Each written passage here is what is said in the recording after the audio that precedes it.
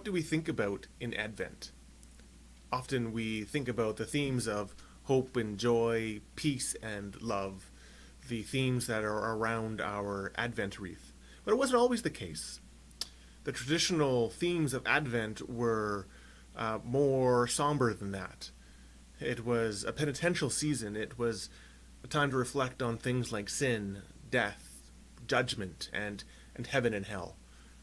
Not stuff that we necessarily associate with Christmas, but they are things that the Israelite people would associate with the coming of the Lord, the day of the Lord. And that was a fearful day. That was a day of might, and it was a day of judgment by which God would enter into the world again and do away with sin and wickedness. That naturally led them to look at themselves, to look at their own sinfulness and the judgment that could be rendered unto them based on faithfulness and based on their desire to serve God in their life. The reading that we read today, which is Isaiah chapter 40, verses 25 to 31, talks a little bit about that. It ends with this wonderful verse of salvation and God renewing the strength of the faithful, yet it begins with a call to remember who God is. God, through Isaiah, points to the stars and says, look at up above, who created all these? Who put all of these things in place? God says, who will you compare me to? Who is like me? God is the creator of heaven and earth. See, for us, approaching Christmas is not just a call to reflect upon celebrations and joy and blessingness. We do that, but it's not just about that.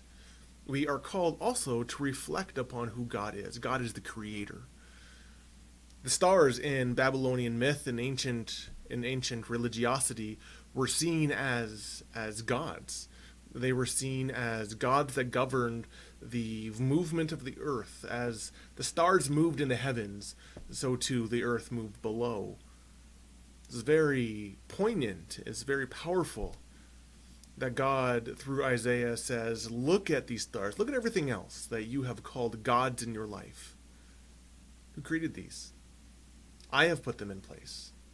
I am above them. I am in control. I am the master. I am the Lord of heaven and earth. Israel is called to remember who God is, God as creator. And because God is creator, God is also judge.